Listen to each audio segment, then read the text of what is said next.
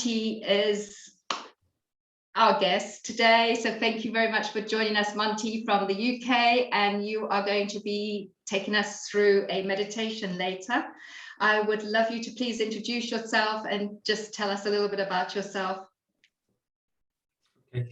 So thank you, Christine. My name is Monty. I am a mindfulness-based cognitive therapy teacher, which makes it sound really, really serious, which it isn't really.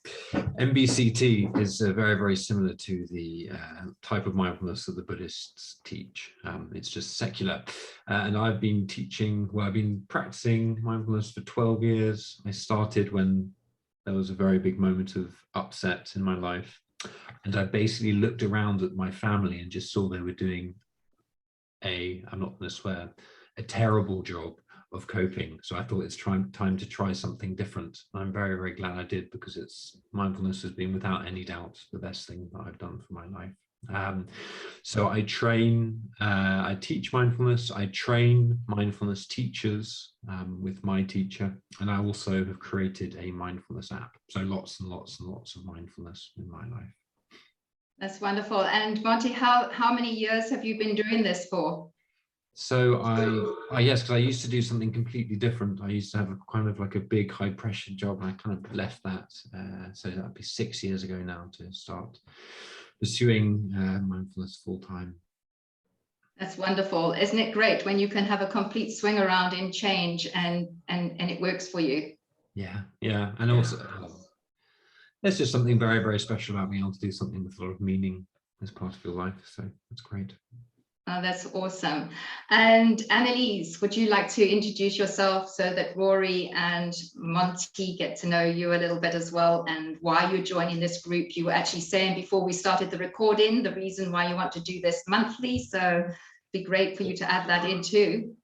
Yes, sure. So I'm Annalise Uberman. I'm in Durban North, and I work for a business and executive coaching company. I've been seeing Christine a couple of times over the last few years, and I just feel that having that alignment and that balance in life is so important. But it's often when things, or that we are doing well, that we neglect the alignment and making sure that we're checking in with ourselves and with someone like Christine.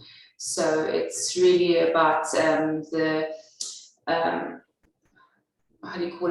making sure accountability, making sure that we have these self-discovery sessions every single month with Christine is really important for me, for myself. And the sanity of those around me, I might kill someone. That's awesome. And we know that we're not just doing this for ourselves, but we're doing it for the collective consciousness and for all of us. Yeah, so thank you for showing up here today and being a part of that, for not just your own journey, but for helping to support others and what's going on in our world today, which seems to be a little bit rocky. So okay, so yes, so the root cause is trauma, and what we're needing to do is a focus on a particular body point that comes up for this priority, which is our reticular activating system. And the reticular activating system is responsible, it's like a filter. It acts as a filter for all the information that we bring into the brain and the emotional response that we have to that. And the good news is that we are going to do part of this today. The bad news is it's a very long balance, and it has to go into other segments that we won't be able to cover in this particular session.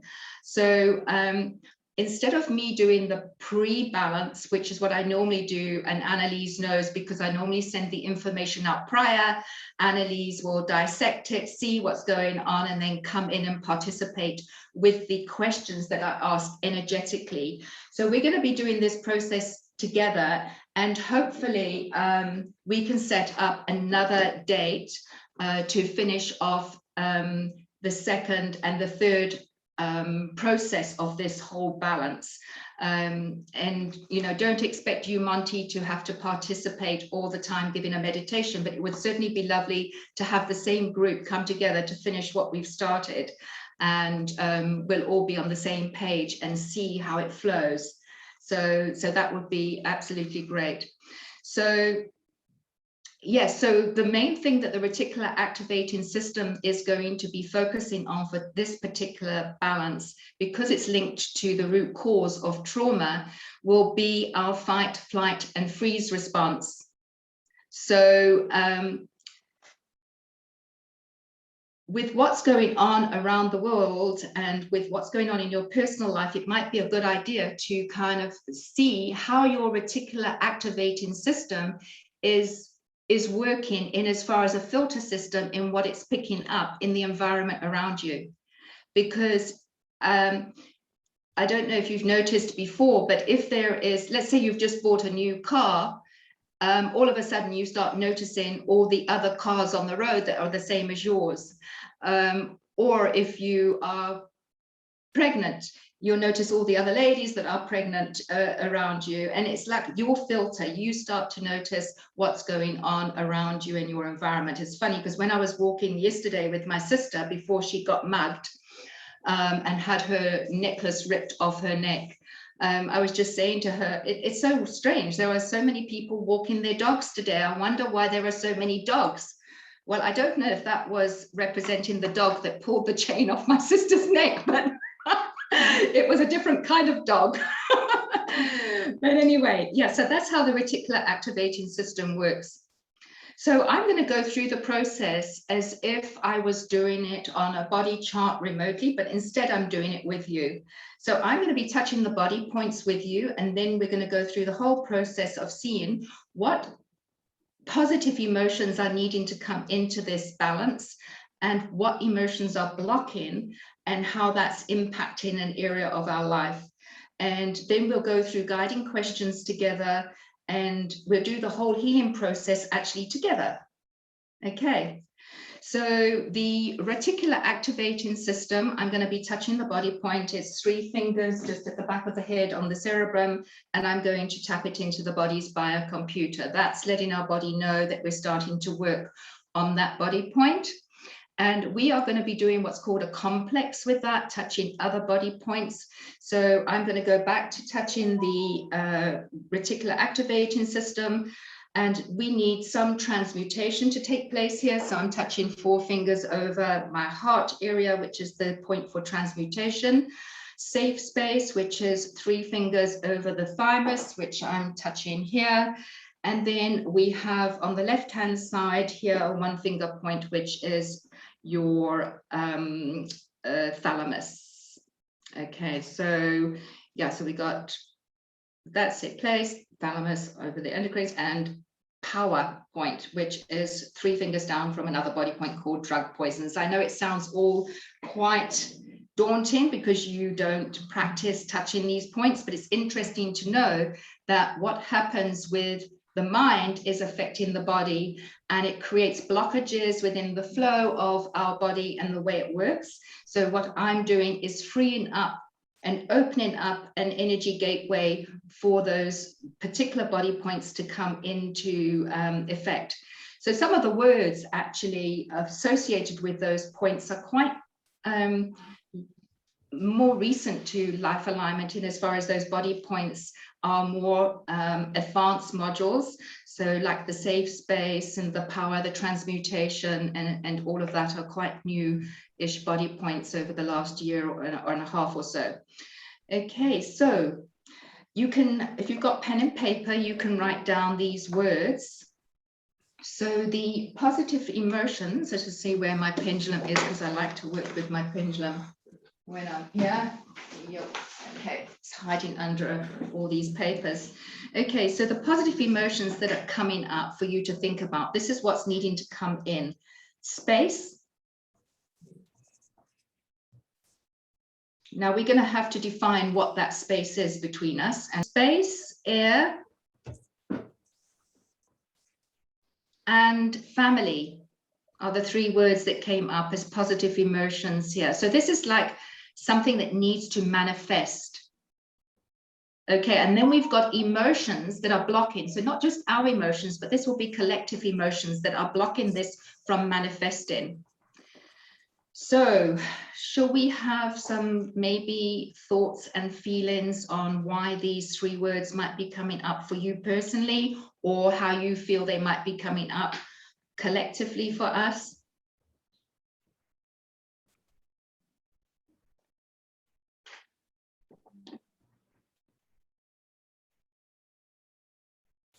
I think collectively, in terms of positive emotions that are needing to come in, I mean, that screams lockdown to me, and people isolating themselves, needing more space and air and family. That's what I'm picking up on that in terms of collective. But okay, also, so, what are you allowing COVID to restrict you? Because we do still have a lot of space and air and family that we can connect with. Annalise, well done. That was kind of my first take on this as well, because yes, I mean, a lot of people are still confining themselves in their home, afraid to go out, especially people who've got health problems and the aged people, any autoimmune problems. People are really scared if they have someone at home that is poorly, and they are afraid to go outside of their space, because what are they going to bring back into that space? So there's those aspects of the space. And of course, there's nothing like having fresh air at the moment and being able to breathe and go out. I am so appreciative myself of when I can leave the confinements of my space to go out and get air and just feel the air on my skin is just really something I'm just so grateful for. Yes, so yeah, and family I'm so grateful for, and I'm realizing more and more how important family are, more than ever before. Always been my family is like my space and my air as well, so yeah. That's awesome. How do you feel about this, Monty? I was taking it more, well, not more, but in relation to the sort of fight, flight, freeze, fawn response, where actually that space is often, if you think when you're in your stress response, there's no sense of space. There's usually a sense of kind of serious confinement. So it makes perfect sense that actually we all have, even if you're in a room, sometimes just allowing yourself to feel the space around you can have a very beneficial effect. Definitely. And although not always, I think family, although they can be really annoying sometimes, offer an incredible sense of comfort and yes, and are a bit of an antidote to the fact we have all been cut off. But lots of us, we do still have some kind of family members we can kind of join up and meet up with. And so I feel that's a gift that we all have. So it's almost like a more of a focus on family than ever before, because it's almost like you haven't got all these other distractions. There's a kind of a certain amount of trust that comes in when you connect with your family. Yeah. Okay, great. So let's have a look at the emotions block-in and write those down. So we've got the word relapse, withstand, and a fear is coming up connected with anger.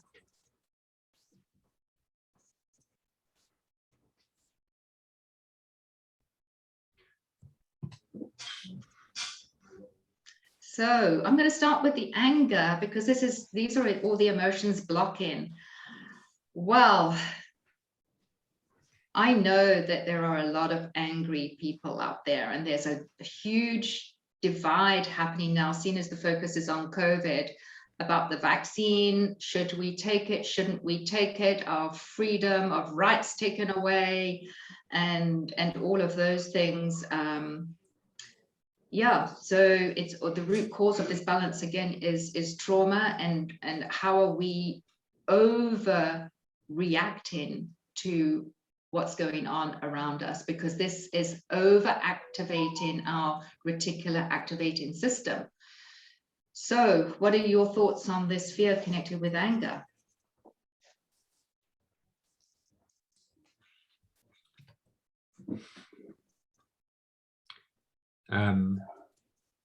I mean, it's exactly for me, as soon as you said that, it's very clear. I almost feel like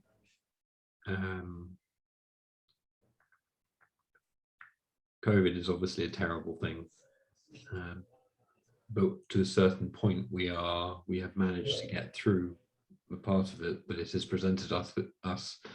I don't know if this is true with you guys, but in the UK and in France, where I spent a lot of time, it's clear there's now a huge division of a lot of angry people. And from my perspective, when we're honest, that anger was there before COVID. This is just another way that people can fail to take out their anger on COVID.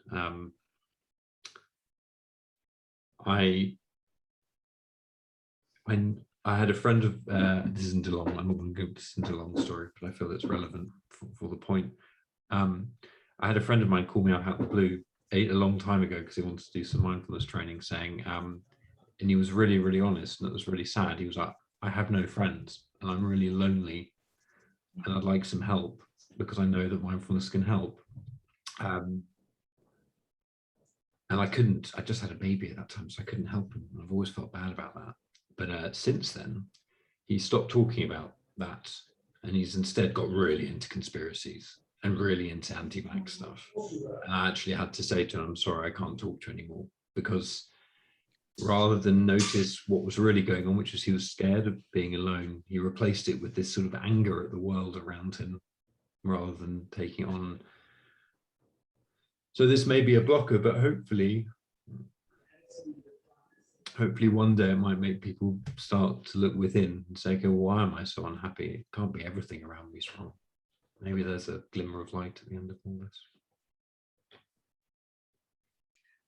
Well, Monty, you've just actually linked this together so incredibly well, because the area of life that's being impacted by this is friends. And so you brought up a very important thing that I hadn't even given you yet. It's almost like you picking up on the vibration of this in advance, and what you've just shared with us links this whole thing to how it's impacting friendships in that sense. So thank you for sharing that. That's really very important. Yeah.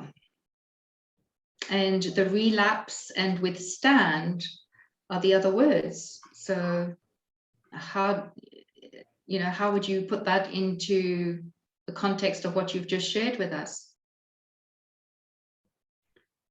Well, he went backwards. Yeah. I mean, but I mean, the relapse you could see for a lot of people is just they're going back into old patterns of fear, because Thank you. I think that definitely sums it up, because when you're not able to withstand what is going on, you relapse and go back to your typical patterns that you haven't yet dealt with. Yeah. And you brought up a very good point about taking it out on something else. It's like a diversion in a sense, or an outlet, but in the wrong way. Interesting. That gives food for thought, I think, to others who may be feeling angry, and maybe a good idea to ask yourself, what is it you're not withstanding right now, and what's making you go back to old patterns playing out and using this as an excuse.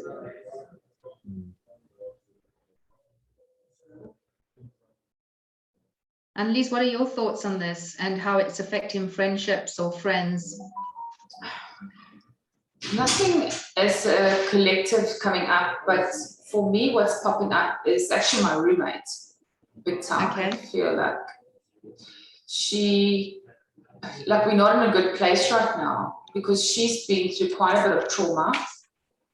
She went through a big breakup in March, and that has affected her a lot over the last couple of months, and she found herself in a better place, but it's like she's hit a complete relapse at the moment, and she is almost like passive aggressive and angry all the time, and she doesn't really know how to communicate that, so she definitely needs space and family, but she's completely in a relapse state where I can't share my energy with her anymore. I feel she's an energy thief. So aerial life is friend. I just want to turn around and run like hell, you know, when someone steals your energy. So I'm completely flight and fright mode around her all the time because I don't know how she's going to respond or react. Yeah. I don't know, but this is the only thing that's popping up right now for me. Oh, that's great. That's absolutely great. That's perfect. I think that's got us into focus on what we're needing to work with and your personal stories and the collective, what's going on here. So yeah, that's great. Absolutely great. Okay, so what I'm going to be doing now is I'm going to be working with some guiding questions. That means these questions come up energetically. They're not coming from the constructs of my mind. And you can go into your own processing of what these questions mean for you. I'll give you some reflective time, and then we can come share a little bit. And while you're doing that, I'm going to be doing the balancing part again. So you don't need to see what I'm doing, but I'm going to be working with 2 wands with cards on them, and I'm going to be working through our energy field while you are doing this. Okay, so I'm just going to touch the reticular activating system again while I put all this information in: space, air, family, relapse, withstand, fear connected with anger and friends. Okay, so while I'm doing this balance, we will be going into something else within the questions of what you're wanting to receive here. Okay, but we'll get to that point now. So let me just see what questions we need to ask, okay? So there's only one question coming up, so let's see what it is.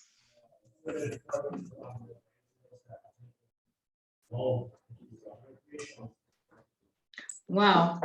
So in fact, protection is coming up, but it's not to create it. It's, funnily enough, to discreate, which I find rather strange. I don't understand that, so we've got to try and understand it. You know, we need to try and make sense of this for ourselves. What protection have we maybe put up that's created a barrier somehow between us and our communication, or our anger that's stopping us? What is it we're needing to discreate rather than create as far as protection is concerned? Sometimes we put up a facade to protect us, but it's not, that facade isn't really serving us. It serves us for a while, and that's why we put it up. But then there's a time to bring the protection down, and we kind of don't know, or we're not consciously aware of what it is, what it feels like, and why we're needing to bring that down. And I'm sure Monty could even bring this up in a way of bringing that together when we do our meditation, in visualizing bringing down this protection in some way. So maybe you can just think about that for a moment.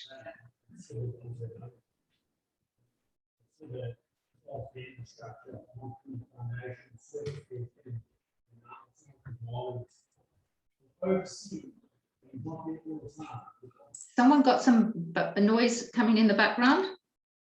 Sorry, that's the office is next door. I'll mute myself. No problem, no problem.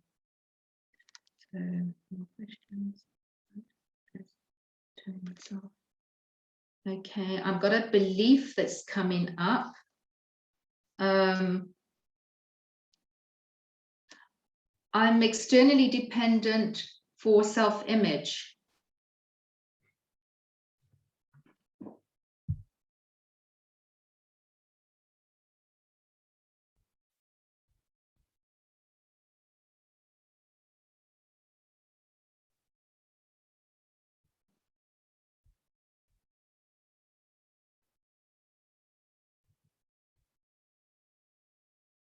I wonder why that's coming up for you personally or collectively.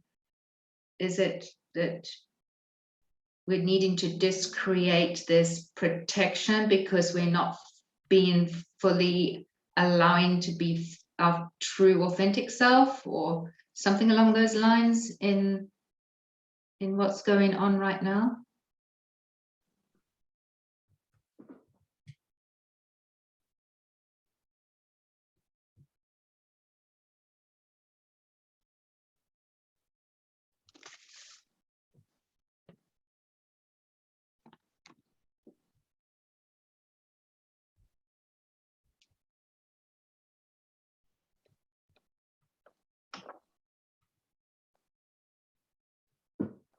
So one in here, out at the thalamus.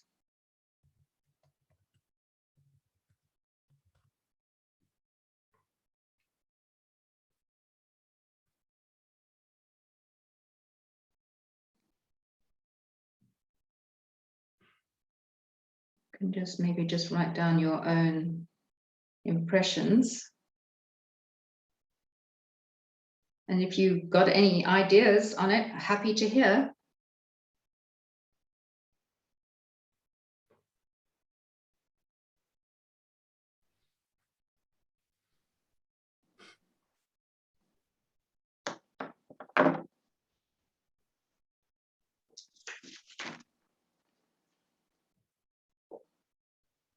Any ideas? Yeah, Monty?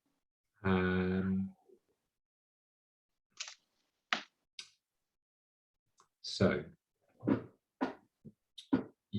in terms of protection with our fight or flight response, Yes, yeah. when it starts up, when we first use it, maybe as a child, we are protecting ourselves from, you know, sometimes things that we really need to protect ourselves from. But the problem is that as we grow up, we carry those patterns onward. And so often we need to consciously say, oh, I don't need to protect myself from that. It's not an issue because I'm not a 6-year-old child anymore. Mm-hmm. It's something like that. That's something that for me is quite relevant to my life. And then, you know, today's session, we're talking about trauma. Mm. The trauma response, essentially, it prevents us from being our true authentic selves because we weren't able to be ourselves during this traumatic whatever happened. So of course we become externally dependent on our self-image, because whatever was going on internally, we've kind of run away from, we're hiding from, if we carry some form of trauma. So that's what. Yeah. Very good point. Yeah. Thank you. Does that resonate with you, Annalise? Yeah, definitely does. I think a lot of what we've covered today not just resonates with Anne in terms of a roommate, but a lot with my own as well, especially on the protection, you know, I've definitely been through trauma of my own where I feel like I don't feel like I've really been affected by the looting, for example, like an emotional trauma side, because I was going through my own trauma from March as an example. And that has most certainly put me out of alignment and that trauma to not be authentically me and putting up all these walls. So there must be something there that's just not serving me anymore, I'm not aware of. I can't say that I'm externally dependent on self-image, but I'm maybe more suppressing the need for it altogether. Flight and fright mode is a constant struggle. I was actually in hospital in March for 4 nights. So the doctor can try and figure out what's going on with my cortisol, my adrenal glands, and just thinking it's hyperpituitarism, and we can't figure out because the bloods and all of that. So this is actually quite a lot to do personally, more so than collectively as we go through this balance. Yeah, thank you for sharing that. I can relate to the external image because I think, you know, everyone tells me I'm brave. And so, in fact, Rory said something yesterday. He's disappeared completely now, but he might listen to the recording. And he said something about like being controlled. He saw me as being controlled, and he's a new friend. So, you know, it's nice with new friends because they see aspects of yourself and they tell you truths about yourself that I listened to it and I thought, yeah, I am very controlled. And that's maybe something that I need to bring down, a mask, so to speak, or a protection I need to bring down. I don't have to be strong all the time. I can show my vulnerabilities and take that protection down and show my true authentic self. But maybe going back to the childhood stuff, Monty, you know, that whole survival thing, you know, fight, flight, or what do you do? I'm a fighter. So I go into that normal way of dealing with stress. I do what I have to do, and then I sit back and say, well, I've done everything that I can do. I can relax now. But meanwhile, I'm strong to the world, you know, but it's not necessarily how I'm feeling inside, of course, you know. So it resonates with all of us here. And there are many more people who will maybe listen to this recording who will resonate with what we're saying and understand more about this importance of doing this kind of inner work to get more clarity on how we are responding to the external stresses around us. So thank you so much for that. That's really great. So in view of all of this now, what do you think we're needing to receive?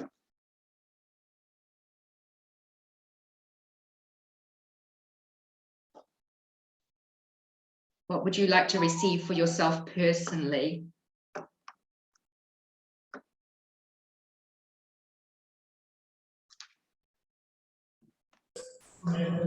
I think just to be able to, you know, unprotect or, you know, just create a protection that doesn't serve us, because we're blocking ourselves off to, you know, to receiving so much good around us. And it obviously jades your perspective as well.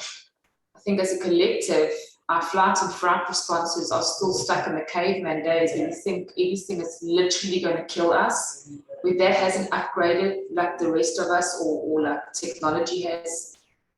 You know, if you have to address conflict with someone, you literally, your heart palpitates as if a bear is running after you and going to chow you. So, you know, as a collective, that could be upgraded. But I think now, just to let our barriers down and allow the trauma to, you know, release and, you know, exit. Good. So how would you put that into one word? I receive Healing. Healing. Okay. From trauma. I like that. Mm-hmm. I receive healing. Monty? I mean, I think it builds on what you were saying, sort of the word safety, because the reason why these protections there is because at some point we haven't felt safe, or maybe we may still not be feeling safe to a degree. So a sense of receiving that sense of safety. Yep, that is 100%, because if we don't feel safe, we go back into fear. Exactly. And then that's where we put the masks back up and the protection back up. Even courage. Yeah. You want to receive courage. Yep. Okay. So we've got 3 words here. All important. So we've got to focus. Let me just douse those 3 words and see which would be the priority one for us all. And it's safety. I receive safety. So I'm going to do the actual balancing with the ones again. I'm going to do a whole process like this for a minute or 2. And what I would like to suggest is that this would be a very, very good time to go into a meditation. How long do you want for meditation? Well, if we are assuming this is an hour's session, And we are now 3:45, so another 15 minutes, maybe 10-minute meditation or a 15-minute. I don't know if you are under a time constraint, Annalise. No? Then Monty, you just go with the flow. Okay, so I'll do a sort of, I feel my way through meditation, so I'll just do it with you, but I do need to talk about it before we start. I need to explain the process of what we're going to be doing. What we're going to be doing is choosing kind of step by step, moment by moment, to tune into aspects of our direct experience and really be aware of kind of everything that's happening. And sometimes when people hear that, they might have some resistance to the notion of this idea of tuning into everything that's happening, because it means sometimes we're tuning into the darker aspects of life. And this is something that is very much in the realm of, this is what we do with mindfulness. So as we are going through, and I'll talk you through exactly what to do during the practice. If you encounter areas that feel uncomfortable or emotions that feel unpleasant in some way, my invitation to you is to acknowledge them and let them be felt, but only to a point that feels comfortable. This isn't like a 100-meter sprint where you're trying to get as far as possible. So if at any point you're like, oh, this doesn't feel nice, I don't like, this doesn't feel pleasant, or it starts feeling even slightly overwhelming, then you can just ignore me for a second and come out of the practice, if you choose. It's really important to honor our bodies and our minds and how we're feeling today, because every day is different. There's no 2 days that are the same. So this is very important for the practice. What we're going to be doing is we're going to be tuning into the points of contact and different sort of bodily sensations, and actively looking at the different feelings and kind of big physical sensations that are here. We are then, and Annalise, I don't know if you've meditated before. Have you meditated before? Usually on a group one with Christine and them, but not much on my own. Okay, that's okay. Well, don't worry. This can work if you've never meditated before, and I'll talk you through exactly what to do. But usually with meditation, we work with some form of anchor. So you will have heard about people talking about the breath. So we're going to use two today. We're going to use the breath, and then we're going to open up to the different sounds around us. And we're going to be doing this relatively quickly. It's interesting. The one thing to say is that one big feature of meditating, and especially mindfulness, is distractions. You will, as we go through this process, be distracted. And I want to say right now, this is why I'm saying it here, you'll hear me talk about distractions during the practice, but it's okay to be distracted. It's not a problem. It doesn't mean that you're doing anything wrong. It doesn't mean that the process won't work. It doesn't mean that there's an issue or you're a bad meditator. In fact, being mindful of a distraction means that you're being mindful. And it's exactly what we're trying to achieve during this practice. And my invitation to you as we go through this is to really be kind to yourself when you're distracted. A lot of us, when we do something that we perceive as wrong, or we make some form of mistake, our reaction is to be quite harsh with ourselves. So just for today, let's try and do the opposite and be kind to ourselves. You've never meditated before. You just need to have your 2 feet flat on the floor. And if possible, I don't know if you can use cushions or move your chair if you're in an office, just have your hips slightly higher than your knees, because it makes it easier to meditate. And having a straight back. Oh, one thing on distractions before we start. We're going to do the same thing every time we get distracted. We're going to gently name the distraction. So, I don't know, maybe it's worry or whatever it is, just one word to quickly name the distraction before coming back to my guidance. If it's, I don't know, you're thinking about something, you're like, I have no idea what is that you don't need to, this isn't a test to get your distraction really good. Just say thinking and then come back. So we're going to quickly name the distraction and then come back. I'll tell you what to do, but just so we're all clear. Is everyone clear about that at this point? Is that okay? Okay. So starting with your feet flat on the floor, a straight back that's pointing to the ceiling, but not stiff. This is a moment of self-care. You don't need to sit in a way that's uncomfortable to do this. And we're going to start, if it's okay, with some shoulder rolls. So I'm going to gently invite you to close your eyes so you can really feel what we're doing. And bringing your two shoulders up closer to your ears. And with awareness of the different muscles you're using, gently pulling your shoulders back so your shoulder blades are coming closer together, and gently pulling them down, bringing them forward so your shoulders are getting closer together in front of you, and then up again. And then slowly and with awareness, doing a couple more shoulder rolls like this. You might feel different muscles, different bones. Might hear different sounds as you're doing this, just being open and paying attention to what's going on.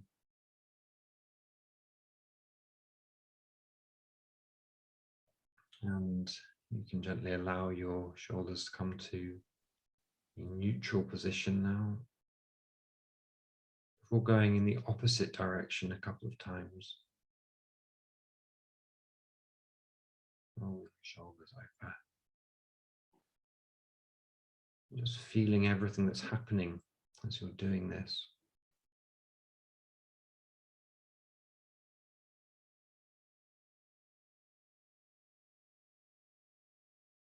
And you can gently allow your shoulders to come back down to a more neutral position. And just seeing how that feels. That feels not to be moving.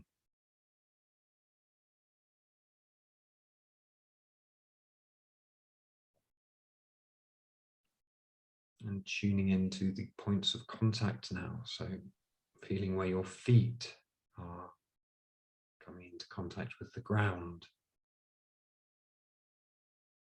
Perhaps through your socks or your shoes. Really tuning into how this contact feels. Being curious to feel where the contact is more noticeable. And curious to feel where it's more subtle, less apparent.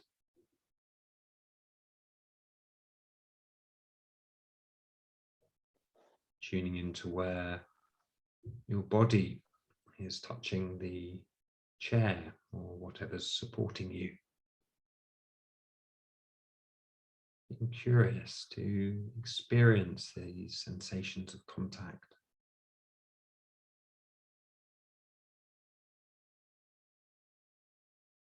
Perhaps even aware of slight adjustments your upper body is making to keep you upright.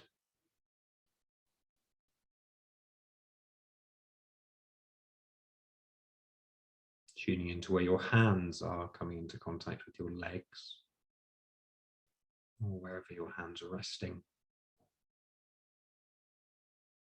And just exploring these sensations. What are you feeling?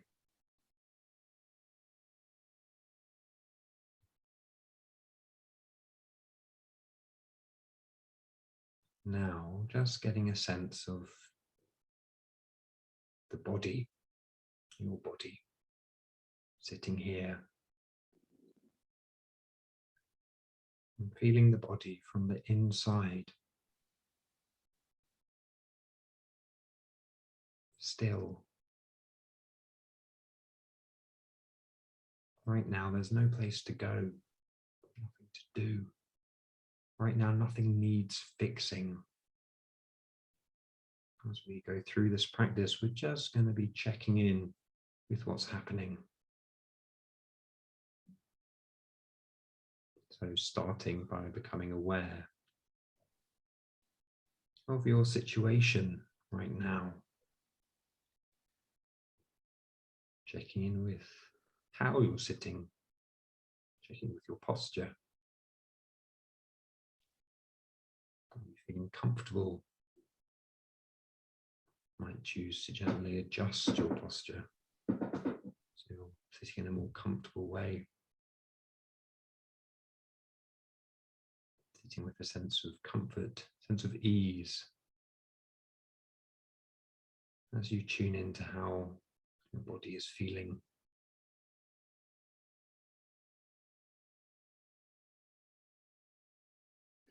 Are there any areas that are feeling tense, tight in some way? Noticing any areas that feel soft or gentle. And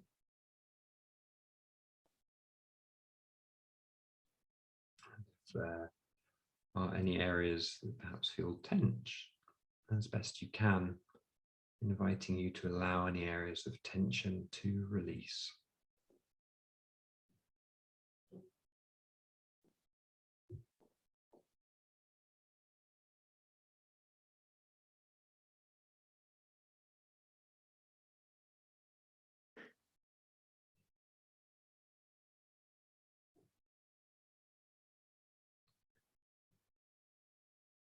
And as you're sitting here, you'll find that the mind wanders off, perhaps into planning or wondering if you're doing it right, replaying old memories, and this is okay.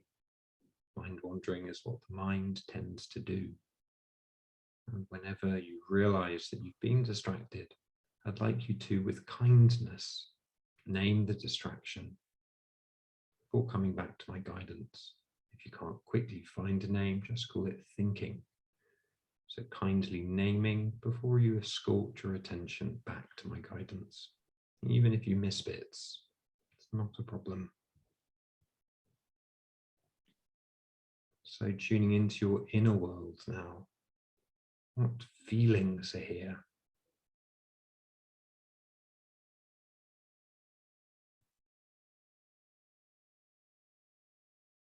There might be lots of feelings, big noticeable feelings, slight, more subtle feelings. You might not be feeling anything at all in any of these scenarios is fine. We're just checking in with our reality right now.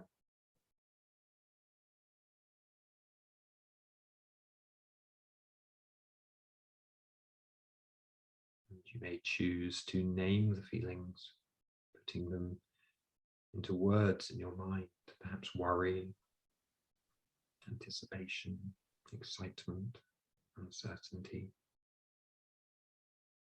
Just noticing and naming whatever feelings are going on for you right now. Noticing without judgment, without reaction. You don't have to like them, but just for now, allowing whatever's here to be here.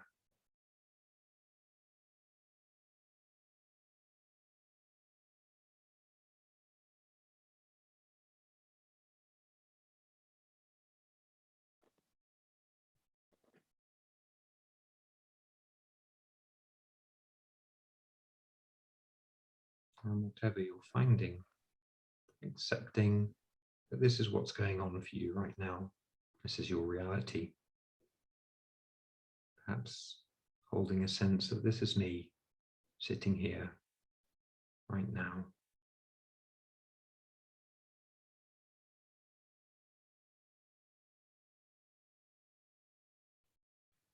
So gathering your attention and tuning in now to the different sensations of breathing, noticing as best you can all of the different sensations that are happening with each and every breath that passes. As you sit here breathing quite naturally, you've been breathing since birth, nothing needs changing.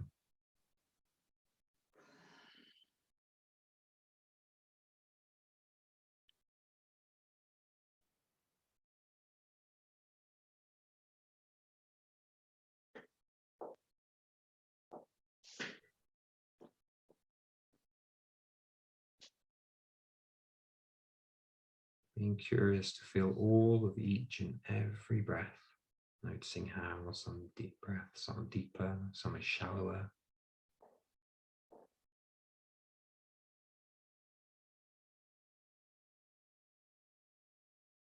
Noticing slight shifts in temperature between the in and the out breath.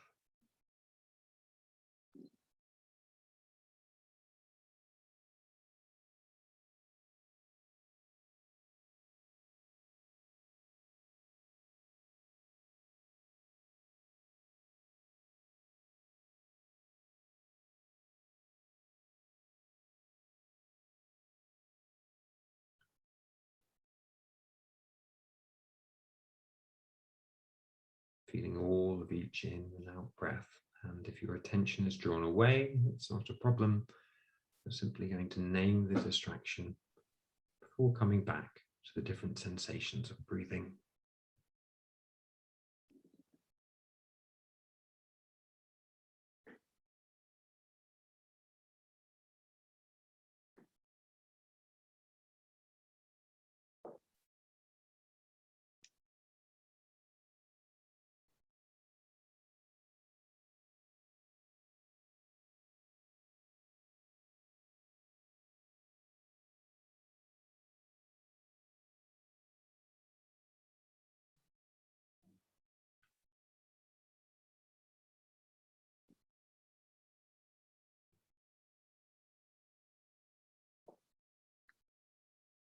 And now, just focusing on the different sensations you're feeling with each inhalation.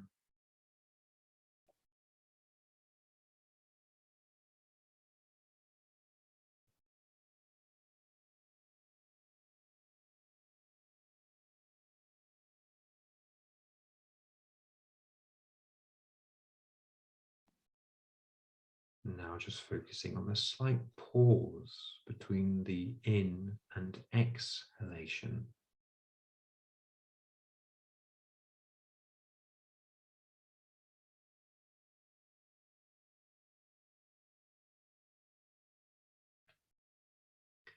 Now just focusing on the sensations with each exhalation.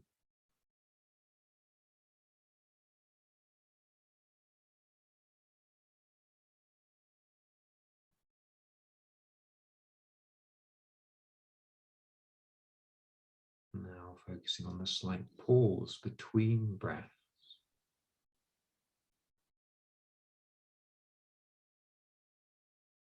And the silence within.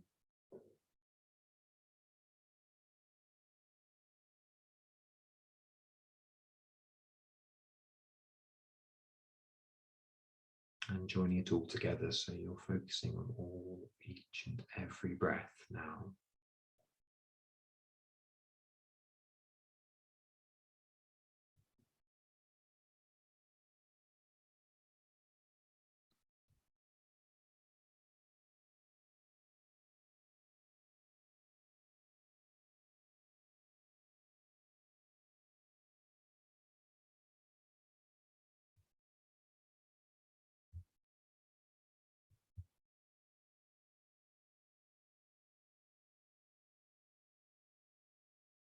And checking in with where the mind is now.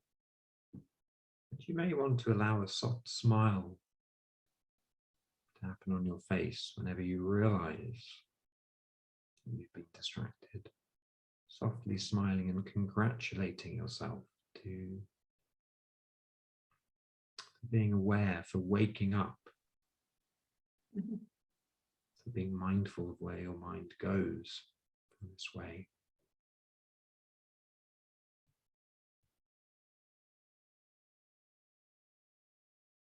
So now, expanding your awareness slowly, so you're including a sense of the body as a whole. Feeling all the different sensations that are happening. Perhaps feeling the body breathing, the slight movement you're making as you breathe in and out.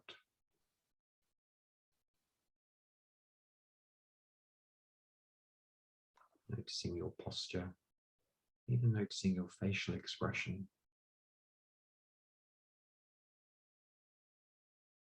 And again, feel feeling or holding any tension. I'm inviting you to allow your attention to settle on any areas of tension for a moment. As you're breathing in, really to feel the area fully. And as you breathe out, a sense of softening, sense of allowing.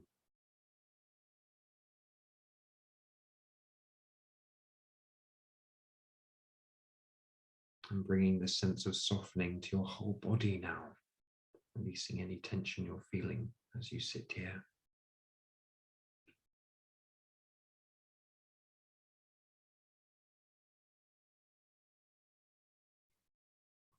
And once again, tuning into any big feelings that are here.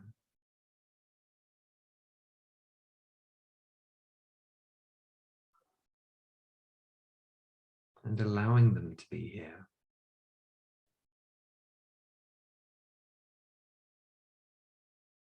Often we try and protect ourselves from big feelings, but just for now, honoring them, allowing them to be felt, even if you don't like them. These are things that are here, so just for now, let them be felt.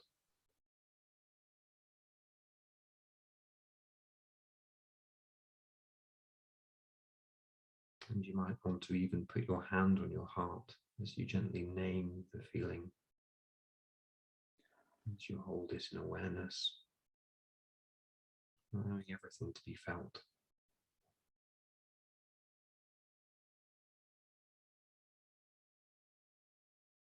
And it might be that there aren't any big feelings coming up for you at this moment, and that's fine too. And you can simply just spend a moment sitting with an awareness of the body as a whole.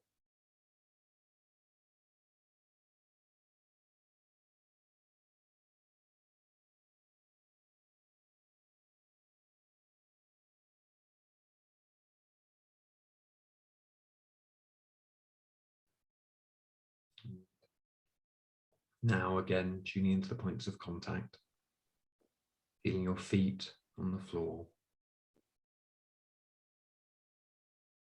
feeling your body sitting on the chair, feeling your hands resting perhaps on your lap.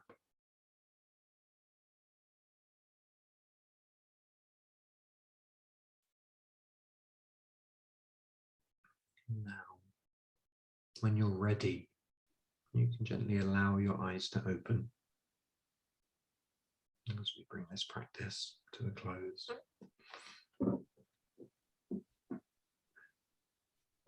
Ooh. A lot of release in there. Thank you. A lot of yawning, a lot of releasing. Yep. Thank you very much, Monty. I feel like a sense of connectedness instead of separateness. Thank you very much for that, Monty. Oh, thank you very much. Thank you for meditating with me. Yeah, that's great. So I am going to pause